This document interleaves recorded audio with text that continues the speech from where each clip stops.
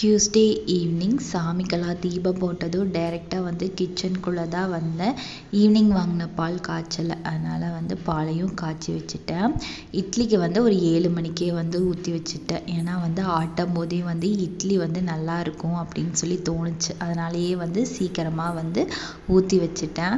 Side dish வந்து என்ன பண்ணலாம் அப்படின்னு சொல்லிட்டு தோணும் போது, எப்பயுமே டெய்லி வந்து குருமா அந்த மாதிரி தானே வைக்கிறோமே, டிஃப்ரெண்ட்டாக பண்ணுவோம் அப்படிங்கிற போது எங்கள் வீட்டுக்காரங்க வந்துட்டு தேங்காய் சட்னி பண்ணுவோன்னு சொன்னார். ஏன்னா வந்து 2 டேஸாக வந்து கொஞ்சம் ஹெவியாக தான் வந்து சாப்பிட்டோம். அதனால் சிம்பிளாக இருக்கட்டும் அப்படின்னு சொல்லிட்டு தேங்காய் சட்னி தான் பண்ணியிருந்தேன்.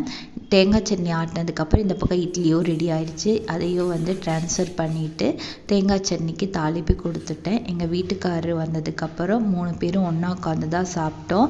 எப்பயுமே வந்து பையனுக்கு தனியாக தான் ஊட்டுவோம். இட்லி நல்லா இருந்ததுனால நாங்கள் சாப்பிடும்போது ஊட்டினப்பவே அவனும் சாப்பிட்டான்.